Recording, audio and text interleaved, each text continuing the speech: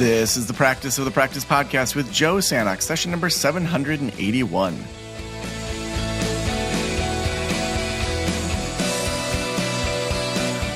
I'm Joe Sanok, your host, and welcome to the Practice of the Practice podcast. We are in the middle of a series all about how people have leveled up. And I'm just so excited for this series, hearing people that, just have a solo practice and they got that going, or that have a group practice or have even leveled up beyond their group practice and have found things that are bringing them joy, but that are also helping the world and are aligning with their values and maybe their history or things that they're passionate about, beyond just what we've been told in grad school that we could do, to find new ways to help the world and to do it in a way that brings money into your family, but also is sustainable. So I'm really excited that today we have Dr. Chinwe Williams, who is a PhD, is a licensed and board certified therapist, speaker, author, and consultant. She's a former graduate counseling professor, college and high school counselor, and executive coach. She's currently a trainer and consultant for K-12 schools, nonprofits, for-profits, faith-based organizations, and corporate work settings. Her expertise lies in areas of adolescent, family, and women's wellness. Chinwe, welcome back to the Practice of the Practice podcast. So excited to have you here. Oh, I'm so excited to be here. Thanks for having me, Joe. Yeah, it's fun to have repeat guests because I feel like it can be like a, add-on from last time. So why don't we just start with, this is part of the Level Up series. Would love to hear, when did your private practice journey begin and what did that look like early on for you? Yeah, so I started my career as a high school counselor. That was my very first job out of graduate school. And then I decided to go back and get my doctorate. So I went and got my doctorate. So you know what that means. You got to teach. And by the way, my family, I come from a family of educators, third generation educators. And I was reluctant to teach. I was excited about, practicing, but not sure about, higher ed. But that was what my doctorate, helped to prepare me for, in addition to the clinical work. So I actually started teaching and I loved it and did that for 10 years. And I had a couple of colleagues who also maintained a practice. And I remember thinking, how in the heck are you doing that? How are you teaching, supervising, and, committee work and all of the things that go along with higher ed? I was teaching in a graduate counseling program and I felt stretched already, but I also missed the clinical work. And so I would pay attention to kind of how they would juggle and manage and sort of prioritize, both aspects of the profession, the teaching, and then also the clinical work. And I asked a few questions. And I remember one colleague in particular, Dr. Mary Gay, said to me, I think you'd be a good fit for our practice. Do you want to join? And I was like, let me think about that. And I thought about it for 5 seconds and then started seeing clients on Friday afternoons where I didn't have any teaching obligations, and then also Saturday mornings. So that's how it started. And that was actually in 2012. Wow. And so were you like a 1099 or W-2, or how did that work? I wasn't, we were all independently sort of operating. And so she had a suite. And when she said a good fit, she meant like a really good colleague, So we just had a suite of 7 rooms and had 7 therapists. And I think, I was the 7th. And it was amazing. I had my own name, Meaningful Solutions Counseling and Consulting. I was an LLC, so I had to figure out all that business stuff. But it was great because I started off small. So Fridays and Saturdays, I probably had about 5 clients per week initially. And then I also got to hang out with people that I knew. There was another therapist there who worked on faculty at my university. Oh, yeah. So it was more just you're all kind of co-sharing the space and you had your own business. How did it grow from there? Because that's very similar to my story. I was working at a community college and had this side gig counseling practice to pay off student loan debt, kind of nights, never weekends. But then for me, there was a tipping point where it started to grow. When did you get more of that private practice itch? Yes. When people kept referring and I was faced with making a really tough decision. So when you are halfway good at what you do, word gets out, and I enjoyed it. And it was so great just to have the balance of teaching, supervising, committee work, and then also to me, what felt like a lot of sort of, creative freedom in the clinical work. And I'm a trauma-based therapist. I went and got more training in EMDR. So I just started to see really cool transformation. And when you're passionate about something and you continue to sort of invest in yourself and develop yourself professionally, you get better. And so people, would tell people about just sort of, their experience.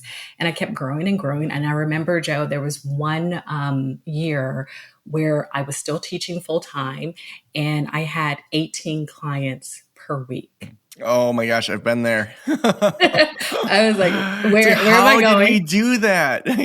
How did that happen? How did that creep up? So I was pretty much there all day Friday, all day Saturday. Sometimes I would leave work on Wednesdays because teaching isn't, 24/7, and see clients. And I loved it. And I saw people really making like tremendous gains. And it was just hard to figure out like what needs to go and how do I transition. Love teaching, but I really got the bug for just full-time clinical work. So when it was a side gig, so when it was 5 or 6 clients, so you had the LLC, that was some infrastructure you had. Did you have a website? Were you marketing it all, or was it completely word of mouth at that point? Yes. So I got a website probably 3 months after. And what was cool is that I really didn't need one, but I wanted one. I wanted to feel official. I wanted to go through the process of developing a website. And I'm going to go ahead and give you credit because I heard about Brighter Vision through your podcast. And I was like, okay, if Joe trusts this company, I'm going to trust this company. And I actually got on a quick phone call with the owner and felt very comfortable. Perry, yes. Yeah. Is it Rosenberg? Is that his last name? Yeah. Well done. Look at you. That has been years and years. And I was like, I really want to jump in. I feel comfortable. I think he mentioned that his wife was like a therapist. And so I felt really comfortable with the process. And but I was nervous. I was nervous about growing, but I knew I needed to have sort of like that, I don't know, that credibility of having a website, especially in this day and age. So that was my only marketing at the time. And of course, students, they're like, oh, you're a good teacher. Do you know any, are you accepting clients? And I was like, well, I can't be your therapist. Oh, okay. Well, I have a friend. And so it would kind of go from there. Yeah. So then when did it really start to topple where you're running numbers on keeping your full-time job? Because, when you have a PhD, the whole kind of track is, professorship and working for the universities. And like, that's what you're told you're supposed to do research. So, and you're from a family of educators, which, my dad was a school psychologist. My mom was a school nurse. And so I get that kind of, maybe not family pressure, but it's what you've seen. That's right. So you don't necessarily know what an entrepreneur looks like, what a private practice looks like. Because for me, my dad did a little bit on Saturday mornings when we were little, but it wasn't full on private practice. So how did you think through leaving your job? Because that's a huge, like, to get a professorship, to be working at the university, to give that up, like, how did you even make that decision? Yeah, it was arduous. It was really, really tough because, as you mentioned, both my parents are educators. My mom was a Montessori teacher for years and years. My dad retired as a French professor. So education was in my blood. And so was this whole idea of working for someone, getting that expected paycheck, knowing that you have benefits, knowing exactly how much is coming in every single month and what you are supposed to do with the income that's coming in. And I just never saw, business done. And so I had a lot of trepidation. I'm really fortunate that my husband just kept seeing that I was turning people down because I just didn't have the bandwidth to see as many clients that were, that were calling in. And he was like, you got to make a decision. And I knew it internally, Joe, but I was really, really scared. And I started to think that, just what I think anybody would think when you're forging into sort of new territory, like, what is this going to look like? And what if I fail, right? Like, I know how to teach. I know how to supervise. I know how to work for someone. I don't know how to run my numbers, right? I don't know what this is ultimately going to look like. I'm making X amount, but what about taxes? What about insurance? We have a child with special needs. I had a, 2-income family, but still, like, it was so nerve-wracking. And I remember it was 2018. My husband and I were already talking about me leaving the university. I did it. I was still really nervous too. And I got a call from a producer of a reality show, Joe. So I was ready to run the other way just with that introduction. Like, who are you? No, not interested. And hung up the phone, not interested. And my husband's like, do you have a fever? And I was like, what do you mean? And he's like, Chinwe, just imagine how many doors this will open.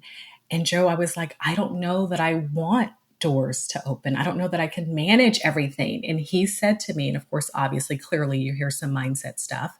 He said to me, well, no, like you're not going to be able to do both. But what if you just jump in? And that was the fear, is that if I did something on a large, sort of platform, I get droves and droves of people calling, and could I manage it? Could I actually do this? So I said no. And then probably a year later, I had a conversation. I had like my morning time with the Lord, and I was journaling and I was meditating. And I heard pretty clearly that I needed to be brave. And I said, God, I really need you to help me to be brave. And I said, you know what? I didn't hear anything after that. And I said, you know what? I'm just going to say yes. I'm just going to choose to say yes. And so every opportunity that came after that, as scary as it was for me, I just kept saying yes. And that's the thing about saying yes, is that you're completely stepping outside of your comfort zone. It feels like you're falling out of a plane with no parachute. But you're trusting that things will sort of come together. And that's exactly what happened. So I want to tell you that I was brave enough to quit my university before I actually turned in my resignation. The university closed down. What? Did you get some like 100%. severance package or something out of that? Or no? Wouldn't that be special? Wouldn't that be? Oh my gosh.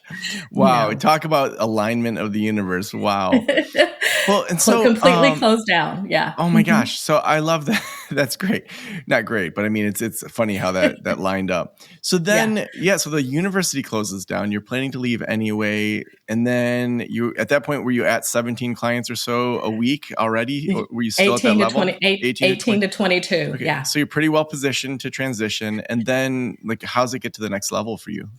Yeah. So the university closed down. This is a whole nother topic for another podcast, but it registered as a trauma for me. So that's something that I think, many of your audience, your listeners can resonate with. Even when you want something, it can be deeply, deeply painful when it happens when you have no control over it. Mm-hmm. And so that was my experience, that it was like, sort of like, wait a minute, I wanted to quit. I didn't want them to close down and like kick me out. But that's not the way that, life unfolded. And so many people lost their jobs. It was not a great situation, but it was an opportunity. So I put the word out that I was seeing clients full time, which people had been asking me. I met with local pediatricians. I had a background in the schools. I was a former school counselor, and as an educator, as a professor, I would consult with different districts and consult with other colleges and universities. So I would just tell people along the way, hey, like I've got time now, which by the way, I kept saying for years, I don't have time for that. I would turn things down all the time. And to kind of back to like the fear of like, jumping into the deep end. And that's what it feels like, the deep end. There's a director, writer, producer by the name of Shonda Rhimes. She famously did Scandal and Bridgerton. I don't know if you're familiar with those two shows. I am. And she wrote a book basically saying, say yes to everything. Agree to everything, not just the trivial things at first, but those things that frighten you. And she says that it's a decision that really changed her life. And I absolutely resonate with that. And especially as an African-American professional leader, business leader, that was very inspiring to me. And so that's sort of what I adopted. I was like, I'm going to be bold and I'm going to say yes. I love that. I started doing improv a few years ago, and one of the core parts of improv is say yes and, that if you create an environment that I think is crazy, I can't challenge that. It's like I have to join you in that environment. And so last summer when my uncoupling was starting, I decided that I was going to say yes to as many experiences as possible. And my friend Jeremy was like, you want to go see Guns N' Roses? And I was like, yep. And, I took my father to Guns N' Roses, 8th row, and saw Slash playing right there. And I never would have chose to do that. I have other friends that have invited me to go to concerts this fall for bands I've never heard of. And I'm sure it's going to be great. And I just feel like when you say yes to the things that other people are inviting you into, it just gives such diversity to your life that you wouldn't have chosen in your hobbies or what you would choose. We just get stuck in the restaurants we go to or the things that we do. And I love that posture towards life of saying yes to as much as you can. Yeah.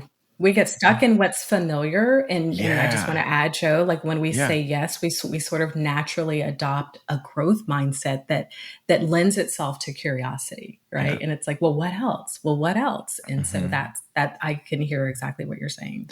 Well, I think that fear of having doors open and almost having too much success, there's some people that are just, they are scared of success or they, don't want to like fail. And so there's a fear of failure, but then there's also the other side where like, can I handle what could be on the other side of that door? And then we just limit it rather than step into it.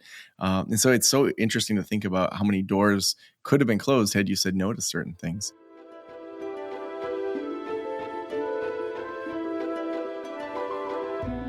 Our friends at Noble have run their own clinics, worked with thousands of clients, and have seen firsthand the burnout and stress that can come with heavy caseloads, difficult topics, and a lack of time. With these things in mind, Noble built their app to support therapists by making between session support easy and offering an opportunity to build passive income. Now with new CPT codes coming in 2023 that will allow therapists to offer reimbursable remote monitoring support, Noble is revolutionizing remote patient monitoring. The team at Noble's built a program that you can quickly implement to allow you to reimburse code 989X6 for cognitive behavioral therapy CBT remote monitoring. This is so exciting for therapists and clinics. This new CPT code, which is coming into play in January 2023, will allow you to make more money per hour and earn passive revenue. Noble's system provides everything needed to reimburse: objective data gathering, device integration, assessment and data stream, display, measurement, and integrations, HIPAA-compliant integrations into other EHRs, and real-time and immediate interventions for elevated symptoms. If you'd like to discuss adding their plug-and-play remote patient monitoring for 2023 so you can reimburse the new CPT codes, schedule a time to talk with Eric, their CEO, at pop.noble.health. Again, that's pop.noble.health.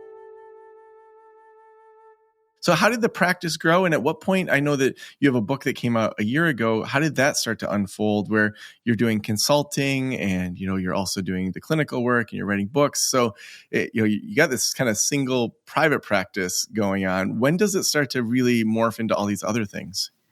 Yeah. So I will tell you that, of course, the pandemic blew up so many things and opened up many opportunities for mental health counselors and therapists because people were hurting. But I had not set anything up in terms of it was just me. So things exploded clinically simultaneously while people were also looking for guidance around trauma, which is my background, around equity and diversity, which I have some, experience with working in the schools. The schools were trying to wrap their minds around like, how do we really support so many kids ravaged by, so many different crises that were going on. And so, as you know, private practice therapists, all therapists were just stretched beyond their limits. And I needed help. But I also felt like I'm working sometimes like 10 hours a day. Where am I going to find help? And again, you put something out there. I got a call from one of my former students from the University of Argosy that closed down, and she was a trauma one of my students that was in my trauma class, and she said, Dr. Williams, I'm looking to do some work for clinical work to meet the requirements for my licensure. Are you hiring anyone? And call it control free. I'm not really type A, by the way, but call it what you want to call it. I was very protective over meaningful solutions. And I was hesitant to bring anybody on, even though I knew I needed it. But someone calling me that I knew, I was like, that's a no brainer. And I taught her, I knew her work ethic. We sort of kept in contact over the years. So I brought her on, and she has been fantastic. So that's how I became sort of a private practice owner, still very, very small. Ended up bringing in 2 clinicians just in the past year. And because I was doing so much, I started to reduce my clinical load. I now had help, and I was able to lean into a lot of the opportunities that were coming my way, including consulting training. And a publisher called and said, hey, I had worked with them before, done some blogging with them, done some training with them. They said, would you be interested in co-writing a book about anxiety and despair among young people? And I said, are you kidding me? Absolutely. And so that's what we worked on feverishly, because we wanted to get it out because the need was so great for parents and educators. And so, yeah, we published a book called Seen, and that came out July of 2021. I want to go back to, saying yes to things. So one argument would be kind of others are directing your life if you're just saying yes to what they're saying, compared to you saying, here's the direction I want to go, here's the doors that I want to try to open. How do you manage that decision making between other people saying, hey, you want to be on this TV show? Hey, you want to write this book? Hey, we want you to consult in this area, versus here's the lane I want to be in, where often you have to aggressively say no. So like, how do you manage that decision making between those kind of two polar opposites?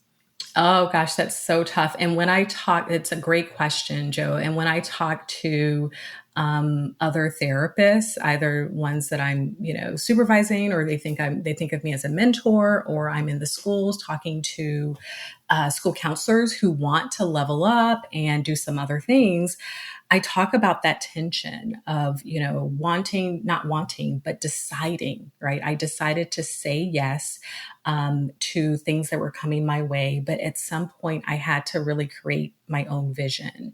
And then there's a whole another part that we can talk about later about being mentally and emotionally fit to do the work so that, it's sustainable. But I remember a story's popping up in my head right now. I remember someone flying me in during the pandemic because I was like thinking, this is nerve-wracking. However, the airport was like a breeze to go through. And I was like, actually, I want to fly like this all the time.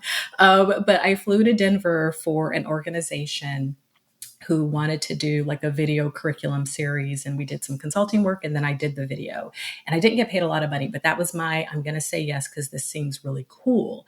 And then when I was telling people that I was out there and doing this work, they were like, do you know that this is a really big organization? They've been around forever. They're really well respected. Are you going to do anything more with them? And I was like, well, I hadn't planned on it, but if they ask, to your point, opportunities coming to me, I'll say yes. And then something hit me at the end of it was a weekend it was like a Friday and a Saturday. And as I was waiting for my Uber, I turned to the woman that had organized everything. She really was like an admin, honestly. I think she brought my coffee, she ordered my Uber, but I could tell that she held a lot of power. I could tell that she was well respected. She had been with the organization for a couple of decades. I want to just pause you right there because I want to underline that oftentimes the people that have the power and are in the ears of those that have power are like just an admin, quote unquote, or they're just the person bringing coffee, but actually they're the ones that help make major decisions in companies. So I just wanted to pause you there before you told the rest of your story, because that's so accurate. So many of my speaking gigs have just been by being really nice to the committee chair that put it together for a company, and then they invite me back for something. So sorry, go ahead, continue. No, I'm so glad that you highlighted that point, because that has been my experience repeatedly. She was a decision maker. She reached out to me and then handed me off to the lead producer, but she was very important. And so I said to her, literally as my Uber was arriving to the building, hey, because remember I had a conversation with a friend that said, this company is a big deal. I had no clue. I just was saying yes. So I said, hey, I heard you guys do a conference. When do you make decisions about speakers? And she said, well, I'm not the one that makes the decision. And not rudely, she just was sort of letting me know that, she's not the one. And she said, but this person, she gave me a name, and she said, so definitely contact her, and we'll probably make that decision around October. And I said, oh, that's wonderful. And I said, by the way, and Joe, this is me being really brave.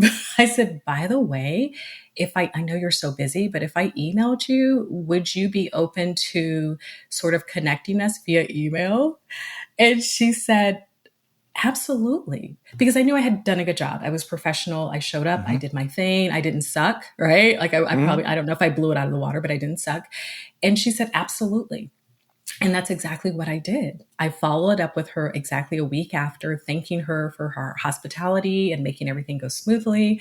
And she connected me with the head decision maker for this major conference called MomCon Mm. that was such a good fit for me. I've been working with teenagers and kids, but over the years, I've been working a lot with moms with trauma and with anxiety. And that was sort of like a passion of mine that had developed in the last couple of years. So to get on stage with hundreds and hundreds of moms was a big deal and something that I wanted for myself. And so, long story short, they liked the video apparently, and they wanted me to recreate it live, and not just one session, but two sessions. And I did that last year in Nashville. Hello. Oh, I love Nashville. A great city for a conference. And it was standing room only. And that experience opened up a lot more doors. What does it feel like to now have like, of course, there's more leveling up in your life. Like, I have no doubt you're going to keep doing cool things, but I would just love to know from an emotional level to go from you're working in a university, someone else sets your schedule, you move into a private practice. Now you're able to really say yes to the things that you find interesting and you find impacting the world on the level that you want to play. Like, what does that feel like to level up to where you're at now? Man, it feels both overwhelming and humbling, because if you can tell, everything happened like within the last 2 years, which isn't entirely true, right? I had been sort of like, especially with private practice, I've been stretching, growing, doing things that I had not previously done. In fact, I had said no to, but everything blew up in the last 2 years. And the last 2 to 3 years were probably the hardest for not just, the world, but for my family. I've been stretched. I've been disappointed with, a lot of the things that are happening politically and socially.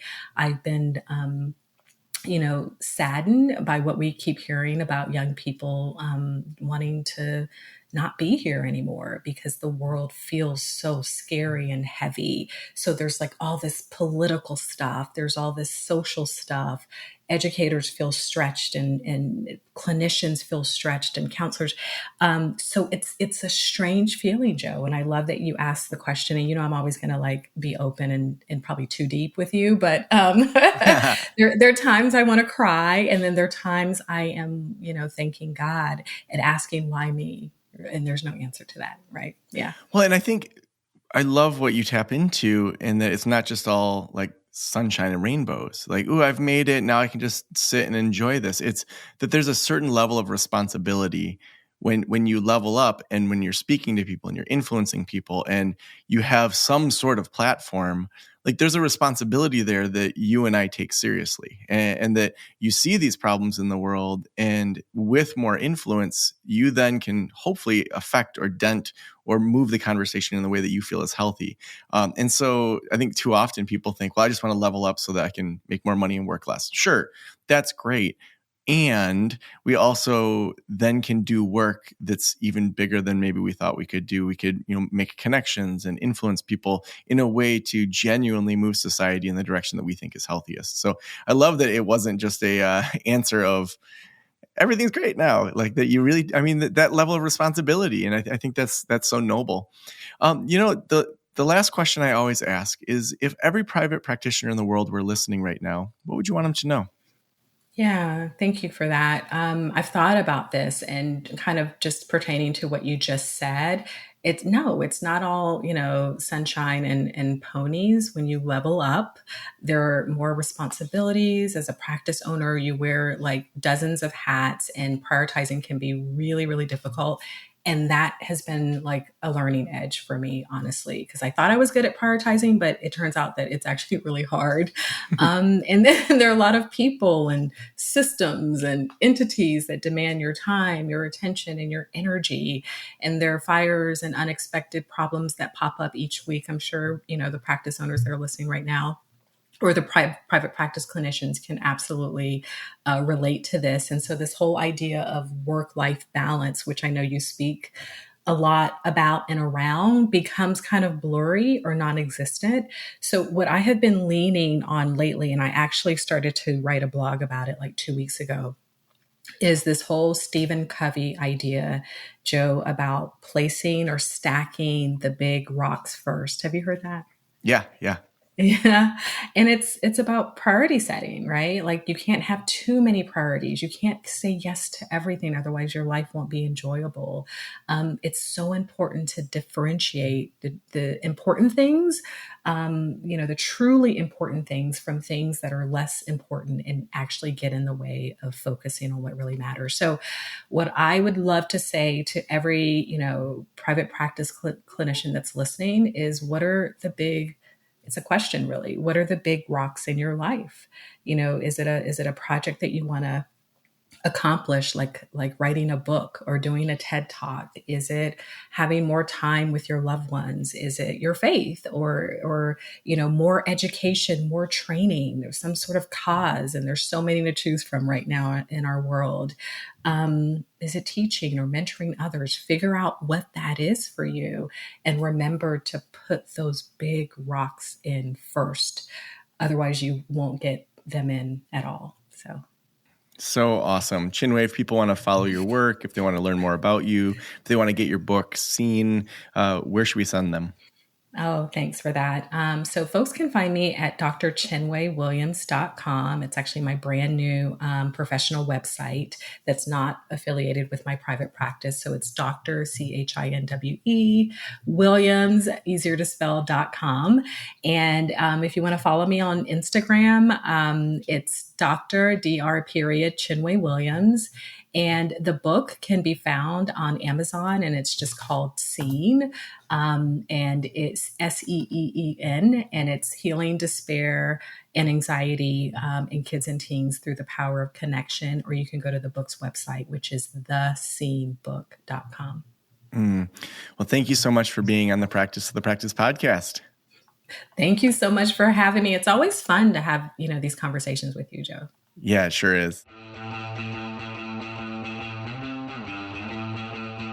I am loving doing this series, just talking about leveling up. I get to see how people think and do things. And even if we're all at various kind of stages of our leveling up, to see just how people think through that. And Chinwe thinking through, that level of responsibility. That's my big takeaway from today's interview, that, that level of responsibility as we continue to grow and level up. Also, according to a scientific brief released by the World Health Organization, between 2020 and 2021, global prevalence of anxiety and depression increased by a massive 25%.